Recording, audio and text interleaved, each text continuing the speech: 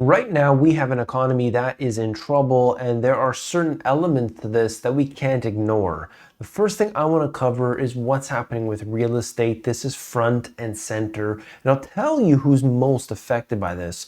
The second thing is the holidays and the economic trends. I'll give you a lot of data surrounding that. And the third thing is diesel. So important, so integral, and yet encountering a major issue today. Let's begin. Pending home sales post record drop in October as deal cancellations and price cuts hit record high. This comes from Redfin. I'll give you the data and the charts surrounding it. You got to understand what's happening with real estate, because if you look at one area and you compare it to another, it might be a 180-degree difference. But I'm going to show you the details that you need to know. Beginning with this here, home prices rose 5% year over year in October. So when we look at it on a national scale, this is what we're going to see. But we go down, pending home sales fell 32% year over year in October. It really starts to paint a different picture. And we can go through this on and on. Home sales fell 27% year over year in October, depending on the data that we're looking at. New listings fell 24%. All of these different things are happening within the real estate market. Like I said, depends on where you are. Total homes for sale rose 4.7%. So we are definitely off the bottom in that category. When you see how many sales there are, when you look at inventory, we start to understand that the market is going to be affected by one very important factor. We'll talk about that in just a second. 29% of homes sold over list price in October. That number has come down a lot, and that is 28.8%. You remember how this was, how crazy it was, and how it seemed for what was too long, in my opinion, that a home would sell for basically anything. They could list it for just about anything if it was in the right area, next to the right amenities. They could pretty much price it at whatever they wanted because these areas were sought after. And so it was definitely a seller's market. This, my friends, is what we need to look at. Country ranking by exposure to rate rise. And you are looking at number 1, Australia, then the UK, Spain, and Canada. Now, why is this the case? Well, you look at what happens with variable mortgage rates. This has an impact on so many people because as the rates have been climbing, this is going to proceed with a problem for a lot of these countries. It might not be the same as in the United States, where you get a mortgage for 25, 30 years, and you could pay that off at that agreed upon rate for that period of time. It's not like that everywhere in the world. So you might have a variable mortgage rate in this country, let's just say Canada, and as a result, mortgage rates are rising, you're going to pay more. And at that 3 to 5 year mark, you have to then essentially refinance. And at that point, you're going to have a much higher rate of interest. They're not prepared. All the stress tests and everything, they are not prepared for what we have to deal with right now. That's my message to you. Now let's talk about this next issue. I brought this up in a previous video and we need to mention it yet again. The lipstick index is back. Sales of the cosmetic product are a bright spot in an otherwise bleak discretionary goods environment. What is the premise behind this? Essentially that maybe somebody may not want to spend $1,000 on a product, or maybe they're not going to go on this $10,000 vacation, but they'll buy a little bit of lipstick to make themselves feel good. And of course, and they're mentioning here luxury lipstick or mascara is only 30 euro, and that just shows us that for some people it might not be a huge expense, and so they can afford to treat themselves. And this shows up in different ways. When you look at this, it doesn't have to be lipstick specifically or any cosmetic product, but something that's small, that's considered to be a treat for somebody, is potentially going to do well, or at least fare better than some of the other products that people had been buying and right now they can't afford. So that's with L'Oreal, and that's with other companies like this, but you can see this all across the board.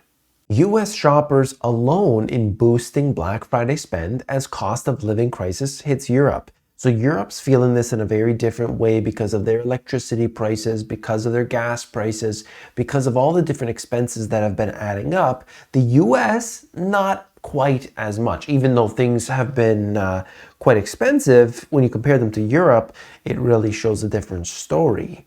You have the turkey shortage looming on bigger birds this Thanksgiving. You have 1 in 4 Americans can only afford to spend $100 on Thanksgiving or skipping it entirely. And you have the average live weight of the US farm-raised turkeys, which, number one, is down to levels we haven't seen for a few years. But the second thing that I wanted to mention was that these birds were like half the size a few decades ago. Okay, now obviously we know what's been done to these things, but I just wanted to note the fact that usually there was always a turkey on the table and everybody ate. And now suddenly the turkey is twice the size, and are we twice the amount of people at the table? Probably not. Okay, probably not. I just find it interesting. I just wanted to bring that to you, okay? I could say more about that, but anyway, holiday shopping kicks off with inflation dampening spirits. When you see the amount of money that people are spending today and what they are abstaining from, it shows us that a lot of buyers have been pushed to the edge. Credit card usage and so on, things I've brought up in previous videos. Dr. Martens shares sink in inflation hurts the middle class as inflation hits the middle class shoppers. So we see this, right? Somebody may not be buying a new pair of shoes, but they might buy that lipstick. Do you see what I'm saying here? These are little pieces of anecdotal evidence that show up, and you might say, well, who cares? I'm not going to buy Doc Martens, and I don't care about Doc Martens or this shoe or that shoe. But understand that this company employs people, and if they're not selling, well, then they lay people off. So it does have an impact on everyday people. This is important. It's not just for even those in the UK or what have you. You have to understand how to extrapolate this data and take it for what it is. I want to show you what's happening right now on a different level. Take a look. California looks to ban all gas and diesel truck fleets. Now this is, I gotta go on camera for this one here. When you see what's happening, not just in California, but in other places as well, it is quite worrisome. Because of course, if they're going to actually do this, they're actually going to ban at this level, it's going to be very bad for everybody in California. Everything's going to be more expensive. Understand that a lot of the products are coming from the West Coast.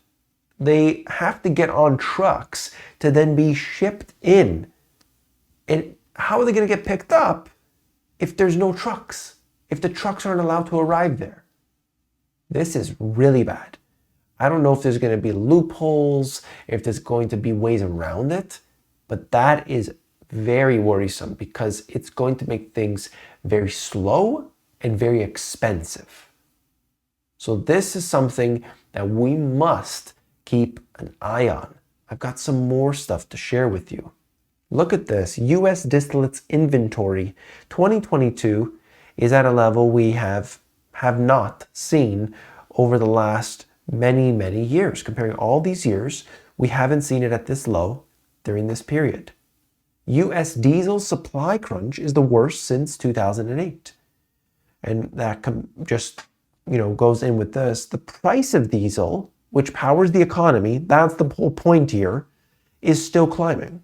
Russia's invasion of Ukraine is one reason, they wanted to mention that right off the top, is one reason the fuel is scarce. Another is a series of years-long intertwined events that cover the globe. And so we see this, different areas impacted at different levels, but understand what's happening here. Inventory has dropped. You have general problems all along. And trying to actually get this into the economy is proven to be more difficult than we have seen in a while. So we have to hope that this turns around. We have to hope that this is resolved, but I'm not so sure that it's going to do so in the next little while. At least it doesn't seem like anything's going to change. World's most crucial fuel heads for shortage, touching everything. Prices for diesel used to power trucks, fuel machinery, and heat homes have surged about 50% amid shrinking inventories and strained export market. Let's hope for the best on this one here because, like I said, it's going to have an impact on just about everybody in different ways. But the fact is that, like I said, if you're going to try to move stuff from California where everything's landing, or even the agriculture, so if you're trying to get agriculture, think about Canada. Canada's getting agriculture. It's got to come on a truck from California and come through the border and be delivered. Well, if it can't pick it up from California, how's it going to do that? Are they going to start finding new partners? Well, that's where the stuff has grown. California grows all that stuff. And they're not just supplying California, not just supplying the US, they're supplying Canada too. They're supplying other places as well. Okay? So we've got a serious issue here with the food supply, with energy in general, and of course, the inflationary factors. How is inflation ever going to come down if we keep seeing these things add up? That is my question to you. So, if you found this video informative, hit that subscribe down below, and don't forget, come here tomorrow and I'll give you some real good information. Take care.